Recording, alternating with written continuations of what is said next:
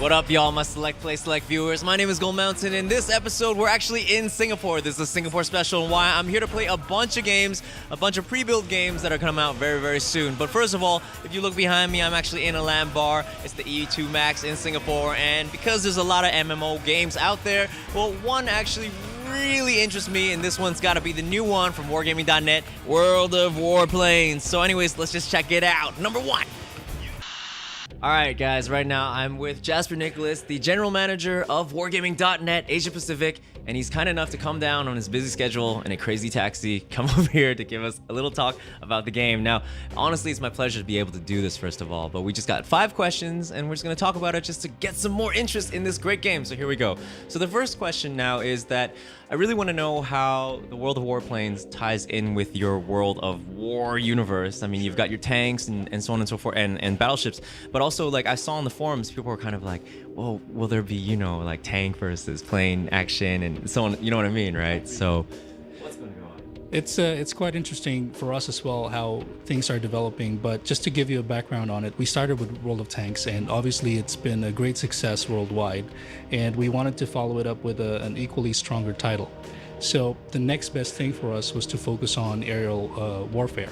So World of Warplanes has been around and has been under development for a while now, and we've really been focusing on player experience, at the same time creating a balance between what's real and what's fun. So it's not your regular simulator game. It's also not your regular arcade type game. It's a balance of everything that you want a flight sim or an aerial warfare to be. So it can be something that people who haven't played PC games in a while to get into and you know just be comfortable with it and have fun with it, or it could be also applicable to those hardcore players who are really into flight simulation and really deep down into the historical aerial battles. So how it fits into the entire Wargaming.net offering is that we strive our best to increase the interest in the war theme. Because for us, World War II, World War I, these are, you know, phenomenal events in our history that not a lot of people have a deep appreciation for.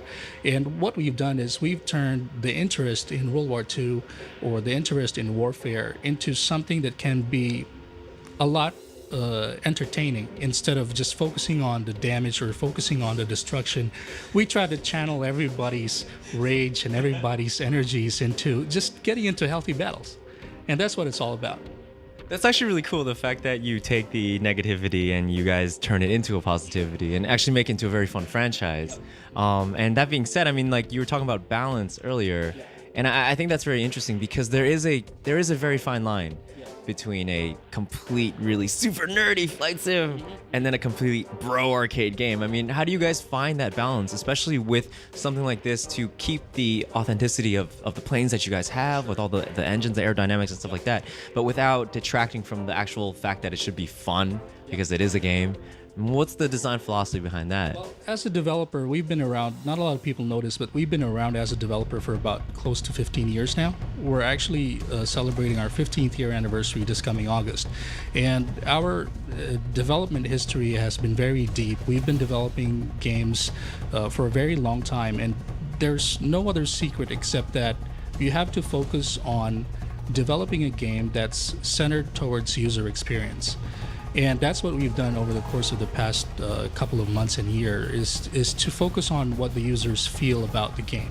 So we've released several different iterations of it. At the same time, while through each release, we get all the feedback coming from different types of players. Some of them are casual, some of them are hardcore. And there's really no other way except to listen to them and try to develop the game to a point where it has that perfect mix. It has that as close as possible to that, what you said, balance between realism and fun. And that's what you have right here. So it's a product of a long development process, and at the same time, like what I said, it's about the player. In the middle, it's about the player. It's about what he feels while he's in front of the PC. That's truth, man, right there. I think that, to me, is the sound of a very good developer, like, no joke. I mean, the fact that you sound like you will play your own game, and I'm sure you do. You do. It's ridiculous. My wife hates me for it, but... Sorry, wife. Sorry. But I mean, okay. So from this love, I mean, this I can feel the love in this room. It's very palpable actually. And that being said, like when you actually think about the gamer and the authenticity and really bringing this huge package about it. Now, even before you even think of the game itself, before even turning it into something fun, I mean, of course, the actual concept of making it so real, the details you have from the planes. From the sound, from the audio, from the aerodynamics, from flight to the paint jobs. I even saw like the shaders, how you guys did it in the new update. And this is only because I know I've been reading your forums and I know about all the dev diaries, which is something you guys should watch. The dev diaries is something really interesting. But how you guys put so much care and effort into this. Sure. Now, this needs to be talked about because how do you guys get that authenticity, even from the ammunition, is like true to the past? There's a lot of time and effort brought into research and development. So all of these things that you see in the game right now is actually a 3D representation, most of them from actual blueprints of the planes themselves. So we go really deep into the libraries and look for the documents that would help us to create the best possible representation of the planes or even the tanks and even the warships that's currently under development. That's the only way to do it. We can't just create something because, we want to do it. It has to be based on historical fact. I mean, that's really where it goes. And sometimes we get, like what you said, you look into the forums and you see some comments that, hey, there's a bolt here that's 5 millimeters smaller than what it should be.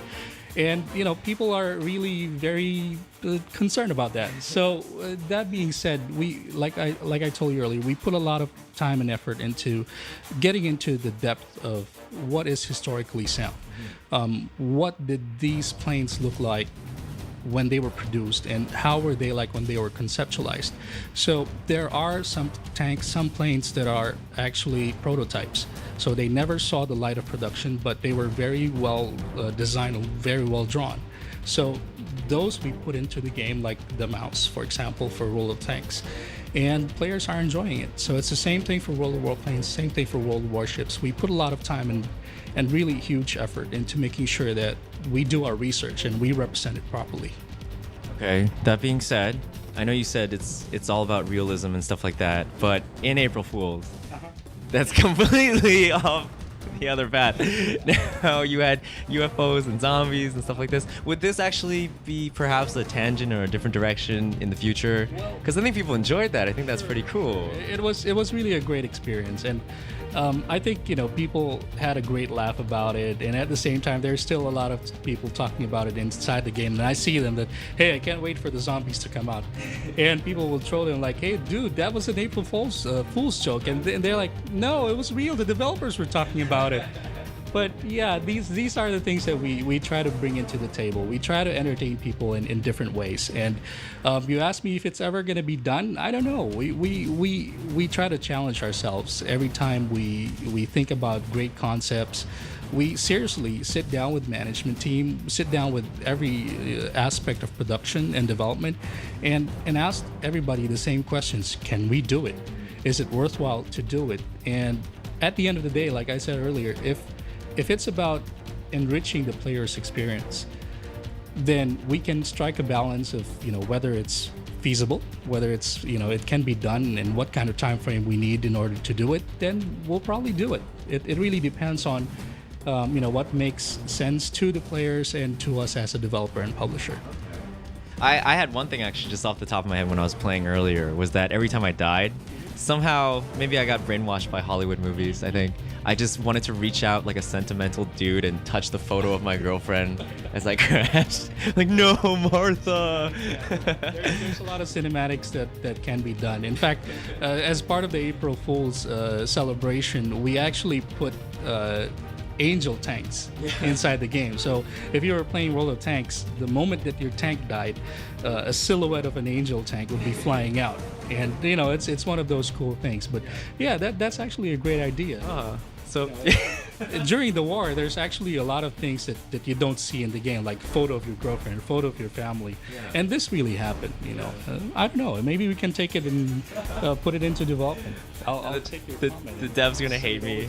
Researching like 1 million photos of old vintage ladies and which ones should we put on? Yeah, historically, wartime in Asia and globally that's centered towards planes is actually there's been a lot of art out of it, and I myself I'm amazed by the amount of time and effort that's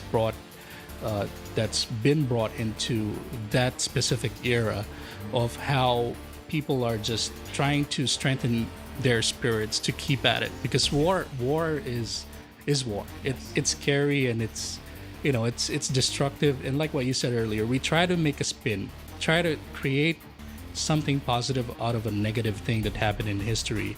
So what we are trying to do is to bring back all of those memorabilia. What was it like during that time?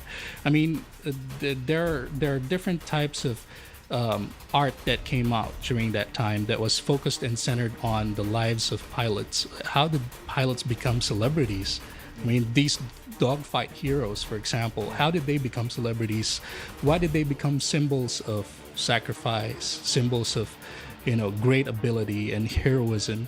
And these are the things that we try to bring into light. You can be your own hero just getting into the simulation of a battle at World of Warplanes. So it's an experience that we try to give to all of the players, not just here in Asia Pacific, but globally.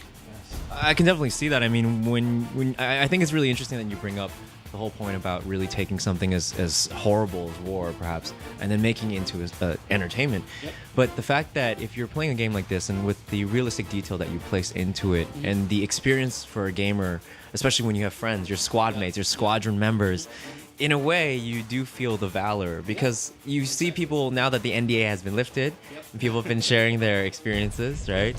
You can really see some it's almost as if it's a harrowing tale. They're like, I was surrounded by 6 Eurofighters, but I took them down, and my plane was burning, and that could probably did happen back in the day. I'm sure it did. I mean, in the war scenario, you'd be like a squadron of how many planes, and you'd be lucky if your entire unit was still intact after the battle.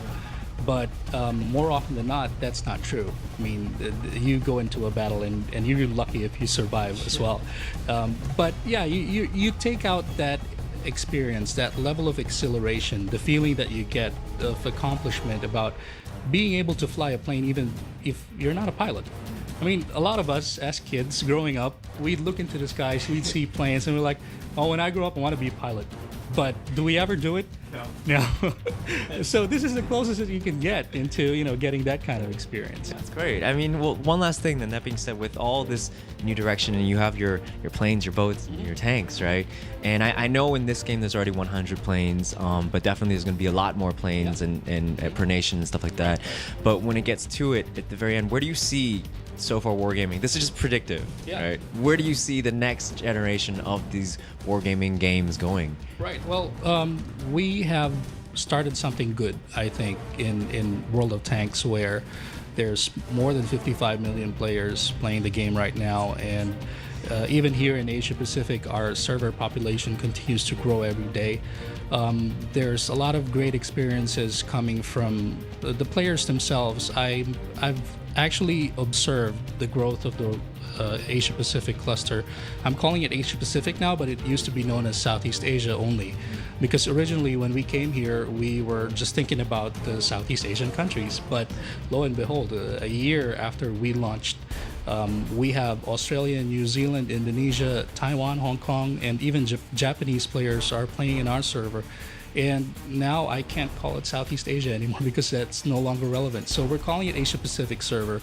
When we started, there were about 300 people testing the game. And now when you log in, there's at any given time at least 10,000 people playing the game, and close to about 15,000 at peak.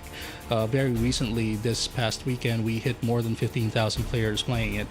And if you look at the development pipeline of World of Tanks, we never stop releasing new patches. Every other 2 months, we made sure that there's new content that's out. And that's the same development dedication that we're bringing into World of Warplanes. There's a very deep pipeline of development of content, not just in planes, but maps and gameplay options. It's really ridiculous to look at it sometimes, and it's quite daunting to see it from our perspective as managers of different regions. But it's worthwhile seeing it all happen, and seeing the community gather together. Now I see the Asia Pacific community self-moderating. I mean, people would actually defend because we always get compared with the North American server or European server or the Russian server. And I'm just glad that they found a home. You know, Asia Pacific is a huge region with different countries, and even Singapore, Malaysia has their differences, even though they're very closely placed together. Now, try to imagine all of those Asia Pacific countries playing in one server. The Australians are complaining about one thing, the Filipinos are complaining about another thing. The Thai people are just, what? What are you talking about?